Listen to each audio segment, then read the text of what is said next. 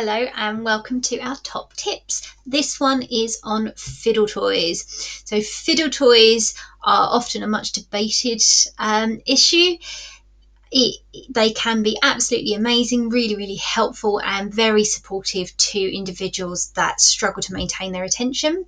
The flip side is that they are often the bane of a teacher's life, particularly if they're not used appropriately. And some would argue that they do actually add to distraction rather than aid focus. So the aim today is a very quick little session to show you some of the do's and don'ts and then give you some examples of different fiddle tools that we have used in our professional practice. So first of all, a fiddle toy is a tool, not a toy. In fact, in one of the schools that I used to work in, we did used to call them fiddle tools to make it very clear to the children that this is what we were talking about. It should help the learner engage. And if it's taking focus away from the learning, if they are more engaged in playing with the item than with focusing on the learning, then it is not the right tool for them. That's not to say that no fiddle tool will work, but certainly that one needs to stop. They should also be quiet, preferably silent. Noisy fiddle tools are a definite no-no. As you can imagine in a classroom situation, if you've got a noisy fiddle tool, it's not going to work. It's going to distract the learner. It's also probably going to distract others in the classroom, both students and staff, which is not the aim of the game. Fiddle tools should be able to be used without looking at them. So they should be able to be used under the desk, just keeping your hands busy. They should not be something that becomes an added distraction. So if you're constantly having to look at it, it's not the right one again. Also, particularly with smaller, younger students, they should be as indestructible as you can get. If they're fragile or easily broken, or they come in lots of small pieces or can be broken into lots of small pieces, they are not ideal. They're not going to aid attention at all. Now, I myself am a consummate fiddler.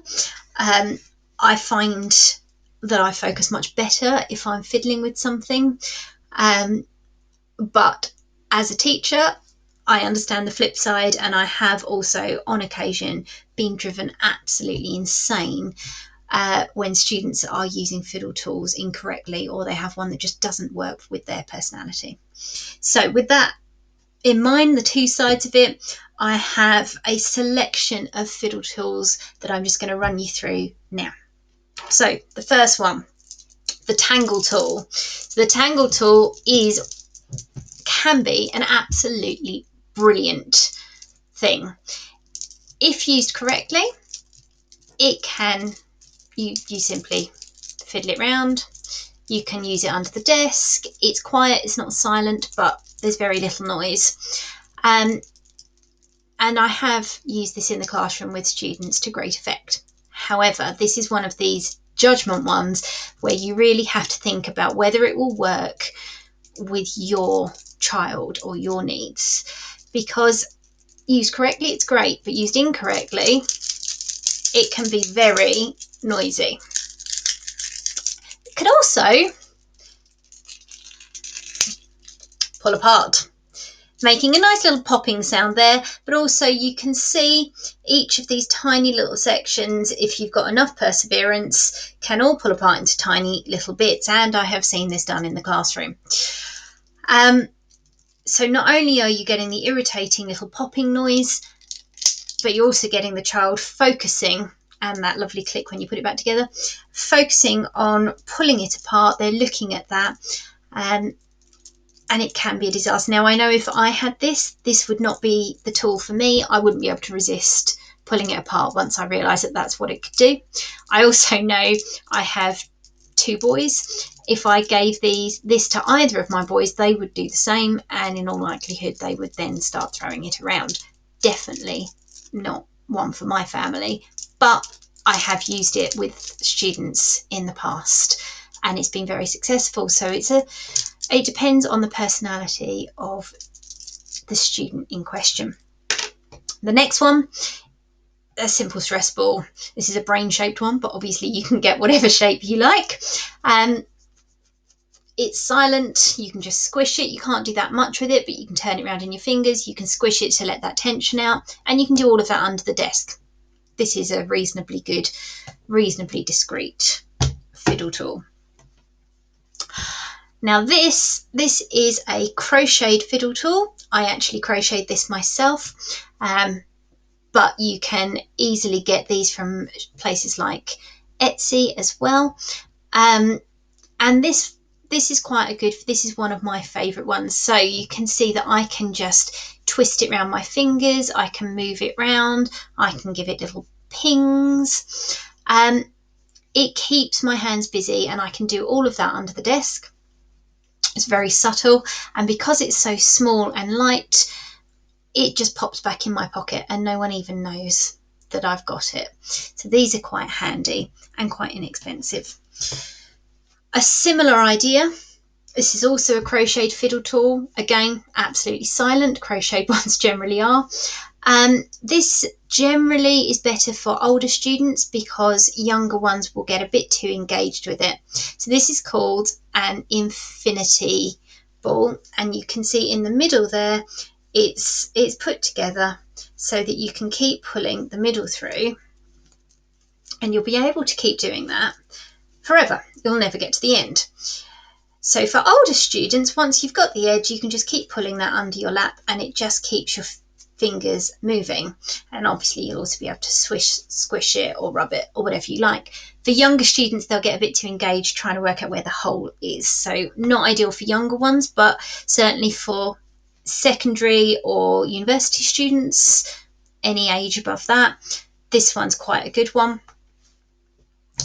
If you want something a little bit more subtle, if you perhaps your child or yourself attends a school or a place of education that doesn't really support obvious fiddle toys, pencil toppers can be quite handy. You can twist them round, you can bend them, make sure you get the right one.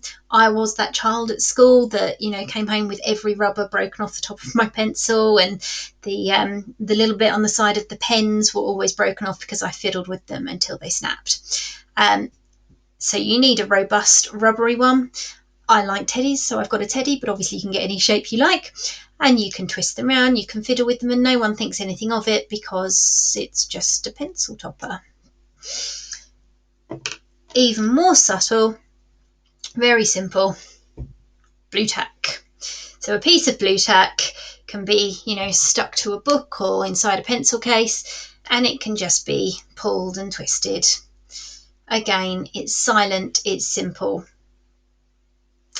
and it's fairly subtle.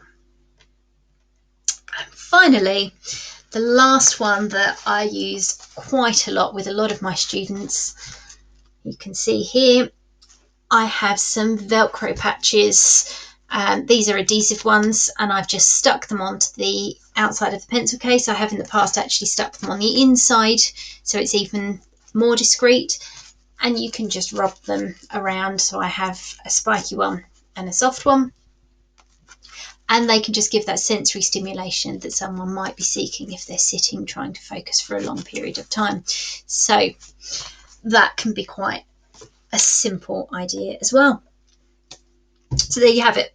There's some ideas for you. There's your do's and your don'ts. If you'd like any more information about fiddle tools and ideas regarding them, then please feel free to contact me at LD Learning Support or Antonia at Baycab Education, and we would be more than happy to help you. I hope you've enjoyed this little top tips video. Thank you.